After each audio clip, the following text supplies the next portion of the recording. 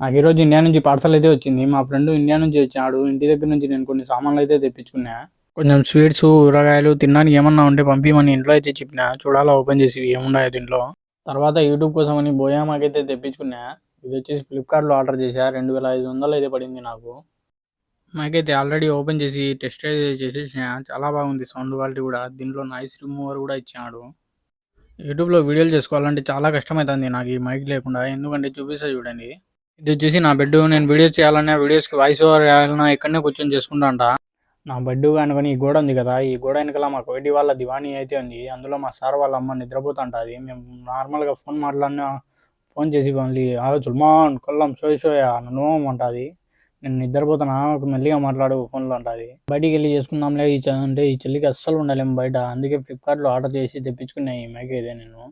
తర్వాత తినడానికి అయితే కొన్ని సామాన్లు అయితే పంపించారు. ఇందులో ఊరగాయలు ఉన్నాయి, కారిపోతాయని బలంగా ప్యాక్ చేసినట్టు ఉన్నారు. నాకు తీయడానికే గంట పట్టింది టైం. కొంచెం ఇచ్చారు.